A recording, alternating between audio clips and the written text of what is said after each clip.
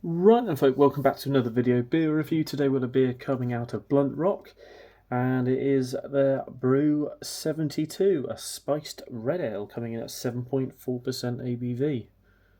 The standard ABV if you want to avoid the big boy duty.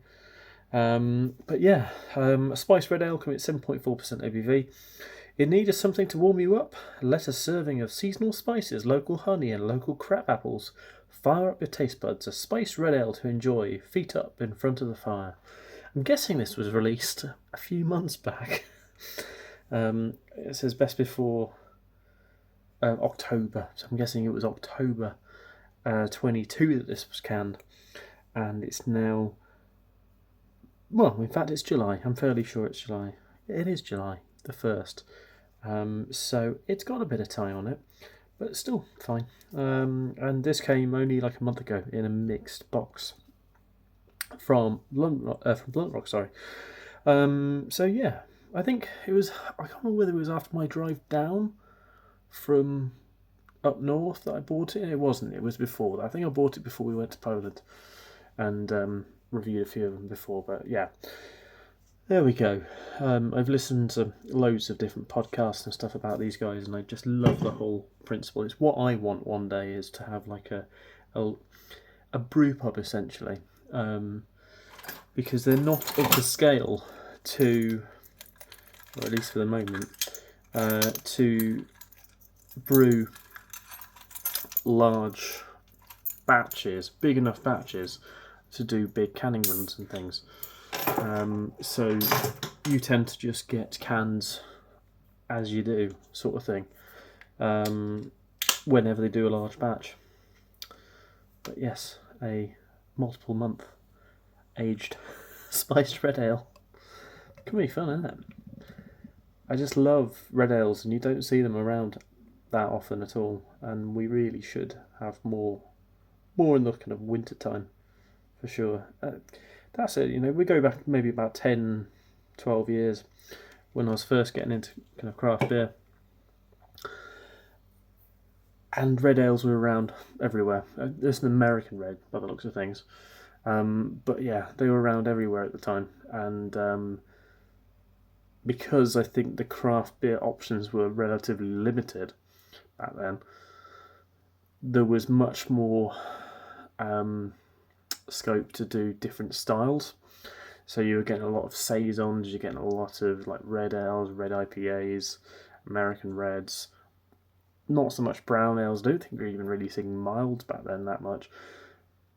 And the only IPA was like West Coast style, New England style. I remember trying my first New England style IPA, and it was like, I think it was a Cloudwater double IPA version 3. I think that was like the first kind of New England, because the other two before were banging, but they were kind of like, they were more West Coast, but I seem to remember them being quite fruity, but definitely West Coast still.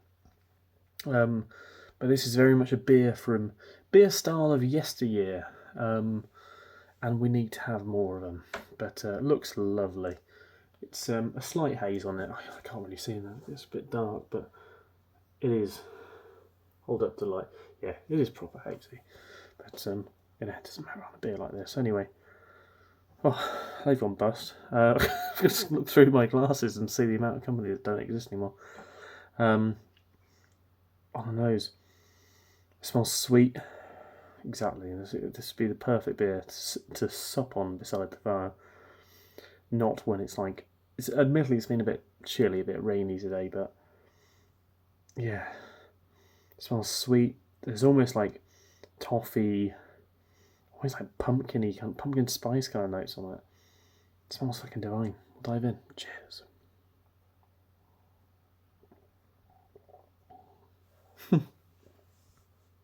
It is full on like pumpkin spice. You've got pumpkin spice latte sort of thing. But it's like full on pumpkin spice. I don't know what spices are in it. Definitely some. It's sweet, caramel. Again, you'd never know this is 7.4. Sweet, caramel, nutty, roasty, toasty malts. a lovely creaminess, and the carbonation isn't too much. But with all those kind of sweet and kind of spicy notes, you need something to cut through all of that. And I think it kind of comes with a bit of a carbonation and also a relatively sharp kind of citrusy note. But still, it's quite sweet. It's a lovely beer though. Brew 72, spiced red. Cracking. See about it for yourself, give it a go. There's a lovely kind of raisiny, kind of chewy, toffee, caramel notes about it. And then they've got those crab apples and honey to add. And I'm guessing some other spices as well, seasonal spices it says, which really do give it a lift. Lovely, lovely beer. See it and try any of the beers, I'd say, from Bluntrock, because they've all been cracking. See you next one. Cheers.